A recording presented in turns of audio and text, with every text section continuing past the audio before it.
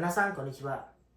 សួស្តីអ្នកទាំងអស់គ្នាវីដេអូដែលខ្ញុំលើកមកបង្ហាញទៅកាន់អ្នកទាំងអស់គ្នាថ្ងៃនេះគឺខ្ញុំបានលើកយករំហាត់ជា LPT កម្រិត N2 អញ្ចឹងដោយអ្នកទាំងអស់គ្នាបានឃើញនៅលើក្តារខៀនហើយអញ្ចឹងរំហាត់ប្រភេទនេះក៏ជារំហាត់ដែលតែងតែចេញនៅក្នុងការប្រឡងមិនថាខែ7ឬក៏ខែ12ទេជារៀងរាល់ឆ្នាំតែម្ដងគឺចេញរំហាត់ប្រភេទបែបហ្នឹងហើយអញ្ចឹងអ្នកទាំងអស់គ្នាត្រូវរើសចម្លើយជីបាំងនេះបាំងសានបាំងឬក៏យន់បាំងយកមកដាក់ចូលនៅក្នុងរង្វង់កញ្ចក់តែពាក្យមួយណាដែលមានអត្ថន័យស៊ីគ្នានោះគឺជាចម្លើយដែលត្រឹមត្រូវប៉ុន្តែមុននឹងចូលទៅដល់មើលលំហាត់រួមតែម្ដងទាំងពាក្យពិបាកខ្ញុំសូមចែករំលែកទៅកាន់អ្នកទាំងអស់គ្នាមួយទាក់ទងទៅនឹង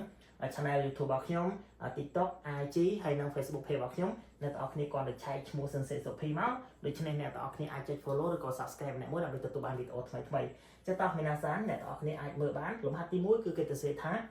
Seisha no nani nani nani wa shunyu ga ante shiteru koto desuចាតោះពាក្យពិបាកបាទខ្ញុំបានដាក់នៅខាងឆ្វេងដៃពាក្យពិបាកទី1គឺពាក្យថា Seishain ខាងជាមានរហូតដល់3 Seishain បកប្រែថាបុគ្គលិកពេញសិទ្ធពីបន្តគឺ Shunyu នេះបកប្រែថាប្រាក់ចំណូលពីបន្តគឺ Ante Seru ពាក្យហ្នឹងដូចជាខ្ញុំធ្លាប់ចែករំលែកទៅកាន់អ្នកទាំងអស់គ្នាហើយ Ante Seru បកប្រែថាមានលំនឹងឬក៏មានស្ថិរភាពតើពាក្យនៅខាងក្រោមបន្តទៀតដោយសារតែខាងនេះរៀងចង្អៀតបន្តិចខ្ញុំបានលើកយកមកដាក់នៅខាងស្ដាំដៃវិញម្ដងពីបន្តគឺតាក់ទងទៅនឹងភាសាកម្ចីអ្នកទាំងអស់គ្នាអញ្ចឹងបើសិនជាអ្នកទាំងអស់គ្នាអត់ចេះភាសាកម្ចីបែបភាសាកម្ចីនេះគឺជាប្រភេទដែលកម្ចីមកពីអង់គ្លេសដូចជាអ្នកទាំងអស់គ្នាបានឃើញអញ្ចឹងបើសិនជាអ្នកទាំងអស់គ្នាអត់ចេះខ្លះទេគឺពិបាកមែនទែនពេលអ្នកទាំងអស់គ្នាទៅប្រឡងអញ្ចឹងពាក្យទី1គឺ step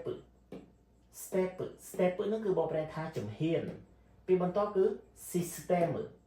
system នឹងចេញមកពីពាក្យ system បកប្រែថាប្រព័ន្ធពេលបន្តទៀតគឺ merit នេះបកប្រែថាអត្ថប្រយោជន៍ពេលបន្តពាក្យចុងក្រោយគឺ chance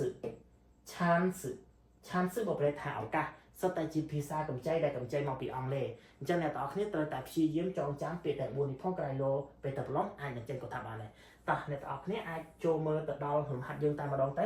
អញ្ចឹង Ichiban Seishain no nani wa shunyu ga ante shiteru koto desu អញ្ចឹងតោះអ្នកទាំងអស់គ្នាអាចគិតបន្តិចមើលតើយកចម្លើយជីបាំងនេះបាំងសានបាំងឬក៏យន់បាំងអញ្ចឹងចម្លើយដែលត្រឹមត្រូវគឺមានតែមួយនោះទេមីណាសានជាចម្លើយដែលត្រឹមត្រូវគឺយន់បាំងですអញ្ចឹងចម្លើយត្រឹមត្រូវគឺ merit បកប្រែថាអត្ថប្រយោជន៍អញ្ចឹងអ្នកទាំងអស់គ្នាអាចដាក់ចូលបាន Seishain no merit wa shunyu ga ante shiteru koto desu អញ្ចឹង ante ស្រួលនោះគឺបកប្រែថាមានលំនឹង shunyu ប្រាក់ចំណូលអញ្ចឹងប្រយោគនេះគឺមានវ៉ាដូច្នេះអ្នកទាំងអស់គ្នាត្រូវបកវ៉ាសិន Seishain no merit wa អញ្ចឹងបកប្រែថាអត្ថប្រយោជន៍នៃបុគ្គលិកពេញសិទ្ធហ្នឹង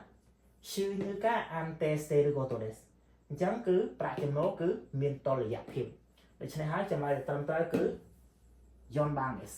ចេះចម្លើយ ichi bang នេះ bang សាន bang គឺមិនមែនជាចម្លើយដែលត្រឹមត្រូវនោះទេអូខេចឹងតកតងទៅនឹងវីដេអូដែលខ្ញុំបានលើកយកមកថ្ងៃនេះគឺមានតែប៉ុណ្្នឹងទេអ្នកទាំងអស់គ្នាដូច្នេះអ្នកទាំងអស់គ្នាមានចម្ងល់ឬក៏ការពន្យល់របស់ខ្ញុំមើលទៅដូចជាខុសត្រង់ណាអ្នកទាំងអស់គ្នាអាច comment នៅខាងក្រោមបាន